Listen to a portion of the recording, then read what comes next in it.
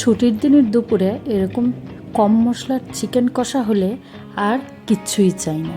তো চলো দেখে নিই কীভাবে বানালাম। তো এখানে হাফ কেজি চিকেন নিয়েছি আমি, তো লেগ পিসই পুরো কেটে এনেছি। তো এখানে লবণ দিয়ে দিলাম, হলুদ দিয়ে দিলাম, তারপর দিয়ে দেব টক দই, দিয়ে ম্যারিনেট করব। তার জন্য সবে একে একে দিয়ে দিচ্ছি। তো প্রথমে এগুলোকে মিশিয়ে নিলাম, তারপর দিয়ে দিলাম পরিমাণ মতো সর্ষের তেল, তারপর দিলাম জিরে গুঁড়ো, ধনে গুঁড়ো দিয়ে এই সব মশলাগুলো ভালো করে মেখে কিছু সময়ের জন্য ম্যারিনেট করে রেখে দিতে হবে। তো এই ম্যারিনেশনটা যে যতক্ষণ রাখবে মাংসের ভেতরে সুন্দর মতো করে সব কিছুই ঢুকবে।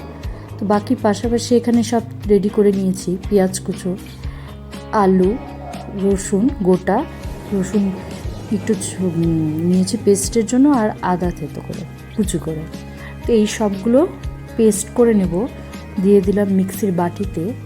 তো আর বাকিগুলো তেলে দেব। তো এই যে কড়াই বসিয়ে দিয়েছি, দিয়ে দিলাম সর্ষের তেল। তো এখন এই পরিমাণ মতো তেল দিয়ে দেব। তেলটা তোমরা কম বেশি করে নিতে পারো। তেলে দিয়ে দিলাম অল্প পরিমাণ লবণ, দিয়ে আলুগুলো ভেজে নেব। তো আলুগুলো নাড়িয়ে চাড়িয়ে নিচ্ছি। তো বেশ লাল লাল করে ভেজে নেব। তো এই দেখো লাল করে ভাজা প্রায় হয়ে গেছে। তো চলো নামিয়ে নিই আলুগুলো।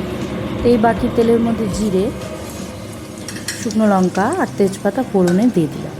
তো আজকে আমি তেলে গোটা গরম মশলা দিচ্ছি না, গুঁড়ো দেব।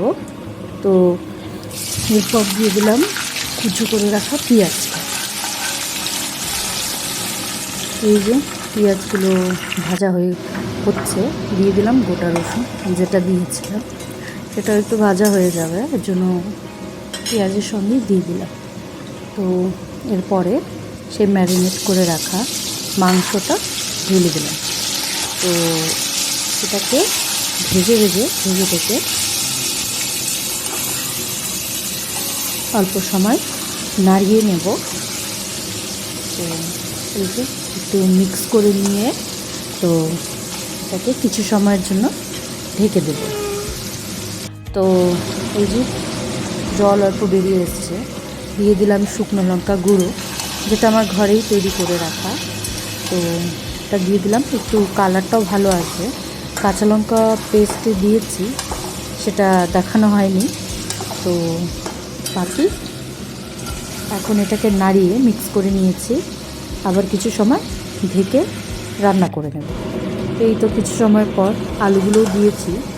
তো দিয়ে এটাকে একদম লো টু মিডিয়াম হিটে ঢেকে কিছু সময় রান্না করব। খুব সময় নিয়ে, যে জলটা মাংসের থেকে ছেড়েছে সেটাতেই সেদ্ধ হয়ে যাবে হাফ। তো এই যে এখন দিয়ে দিচ্ছি একটা গোটা টমেটো কুচো করে রেখেছি, সেটা দিয়ে দিলাম। আর দিয়ে দিলাম সেই তৈরি করে রাখা পেস্টটা, যেটাতে কাঁচা লঙ্কা দেওয়ার কারণে কালারটা সবুজ হয়ে গেছে। তো এই যে এই মশলাটাকে এখন ভালো করে নাড়িয়ে মিক্স করে নিচ্ছি। আর এই মশলাটাকেও এখন ভালো করে কষাতে হবে, কারণ মাংস হাফ সেদ্ধ হয়ে গেছে, লবণও ঢুকে গেছে। তো এখন বাকিটুক এটাতে রান্না হবে। তো এই যে একদম লো হিটে এটা কষাচ্ছি ঢেকে যাতে মাংসে সব মশলা ঢুকে যায়। তো আলুগুলোও প্রায় সেদ্ধ হয়ে এসছে, রসুনটাও প্রায় সেদ্ধ হয়ে গেছে। তো এটাকে একদম লো হিটে আমি আস্তে আস্তে নেড়ে করে নেব, যতক্ষণ না তেলটা ভালো করে ছেড়ে আসছে। তো আমার রান্না যদি তোমাদের ভালো লেগে থাকে অবশ্যই একটা লাইক করে দেবে আর আমার পাশে থাকবে। এই দেখো কালারটা কি সুন্দর এসছে। তো আমি এই সামান্য পরিমাণই জল দিলাম আজকে, একদম কষাই রাখবো। মশলাও আজকে একদমই কম দিয়েছি। আর চিকেনে যত মশলা কম হয় খেতে আমার কাছে তত বেশ ভালো লাগে। এখন সবার রুচির তো আলাদা, তো আমার কাছে বেশ ভালো লাগে। আমি এখানে গোটা কাঁচা লঙ্কাও দিয়েছি কিছু।